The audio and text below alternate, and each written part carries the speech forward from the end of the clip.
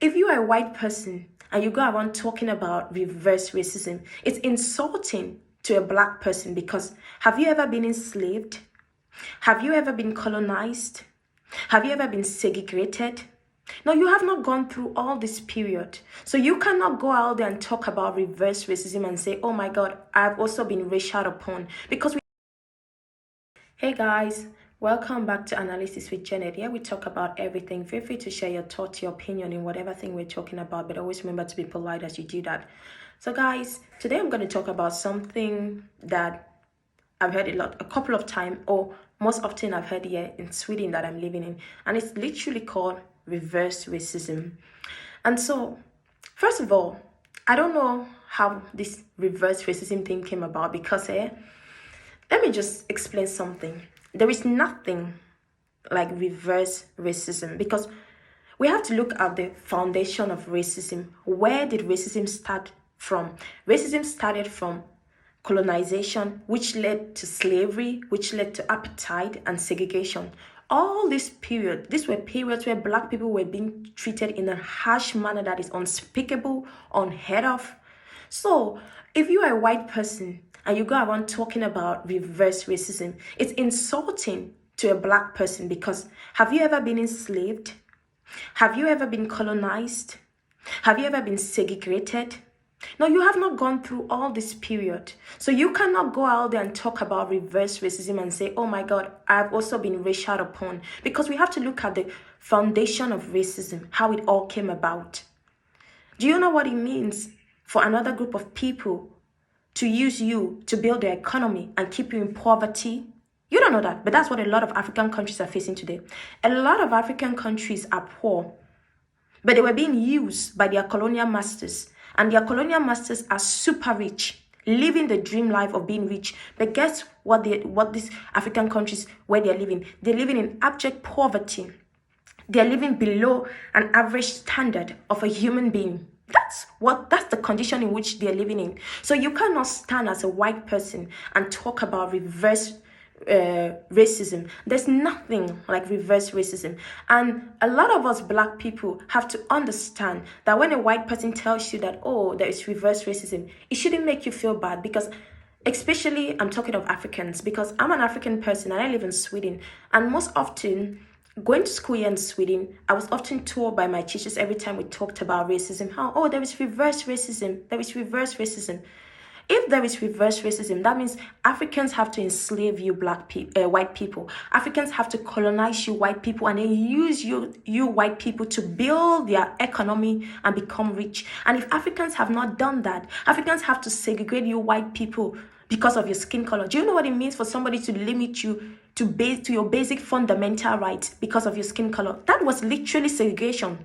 That was what segregation was all about. Black people being limited to things that is their basic fundamental right because of their skin color. So you dare, as a white person, not tell a black person that there's reverse racism. You don't look at a black person complaining about racism and be like, oh my God, you black people like to complain about racism. You have to know that there's also reverse racism. There's nothing like reverse racism because talking about reverse racism is that we have to create a balance. And that means that black people have to do everything, all the unspeakable things that you white people did to us, to you guys, and that has to start with the foundation of how racism was built, which started with colonization. That means we black people have to colonize you white people and make you guys work in plantations for centuries and then pay you little or nothing, and then if you dare complain, we end up killing you in a very brutal and unspeakable manner, because that's what happened to a lot of the blacks that worked in the plantations.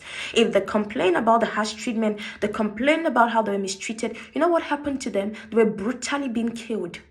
That is racism. You don't kill somebody because that person complains of being in pain that you're inflicting on that individual, that just because that individual looks different or just because that individual is black. You don't do that. But that's what slavery was all about. So when a black person talks of racism, as a white person, you don't get to talk about reverse racism, because that thing of reverse racism is insulting. It's very insulting, and it's like micro-invalidating the pain that black people face in racism. It's making it look like racism is just black people just being a nuisance. But these people are not being a nuisance because they're still suffering the side effects of colonization. Africa is still suffering the side effects of colonization. Let me tell you, white people might stand and say, oh, we have liberated these African countries. But let me be honest to you, You might think, because I don't even fully believe that decolonization was liberation, because decolonization for me was another form of colonization, which I'm going to talk about it in another tip. I'm not even going to get into it now, but I'm going to make a tip about decolonization and how it's another form of colonization. So you white people might think, oh, when we did decolonization, we liberated black people and African people. No, you did not liberate them, because they're still suffering the side effect, the trauma that you put them through. Yes, when you were colonizing them, it wasn't all about just taking them and using them. You also mentally, emotionally tortured them, in the sense that you made them believe that they were not fit enough to stand on their own. You made them believe that without you white, they are nothing. And these people are still living in that mentality. So for you whites here in Europe, and when I'm talking of white, I'm talking especially of the Scandinavian whites, because the Scandinavian whites are pissing me off every time they talk about reverse racism. I'm sick and tired of Scandinavia whites talking of reverse racism. So Scandinavia whites, you guys have to watch your tone, because I've literally lived in Sweden for 10 years, and every time you talk about racism, you see a switch from whichever part of the world, wherever that individual is coming from, come up with, oh, there's also reverse racism. It's just that we white people don't want to talk about it. I'm like, are you okay? Are you high on something? Are you high on some sort of substance that is making you think that there's reverse racism? Are you kidding me? No, to be honest, like, it's so insulting and it's so belittling and it's micro-invalidating what black people have gone through. Let me tell you something. Racism was not just black people being enslaved, colonized, segregation, apartheid. There's also what we call aftermath trauma in an abuse, because during those periods, blacks were being abused. And abuse, there's something about abuse. When you get abused, in whichever form of abuse that you find yourself in, even when you get out of the abusive place, let me tell you something. You also suffer what we call aftermath trauma. And this aftermath trauma, you have to deal with it sometimes all by yourself. So the abuser will not help you. That is something that you have to work on your own. And Africans, black people, are suffering a lot from that. As somebody that has a dwarf culture, I personally grew up in Cameroon to the age of 15, and then I migrated to Sweden. And I will tell you something. When you look at how the African system is, and you look at how Africa is having a hard time, this hard time that Africa is suffering from is the aftermath trauma of colonization that it went through in the hands of the white man. And the white people are fully aware about it, but they don't talk about it, because the one thing about white people you have to understand is that they're always in denial of the pain that they inflict on other people. If there's a possibility, white people want us to continuously see them, as, especially us as Africans, as white saviors. That's all that we have been taught to see them. Oh, see them as the white savior. Don't see them as the people that colonized your country, inflicted pain on you, mistreated your people. Always see them as a white savior. And let me tell you something. That aftermath trauma has led to a lot of African countries suffering economically. They are not able to stabilize their countries.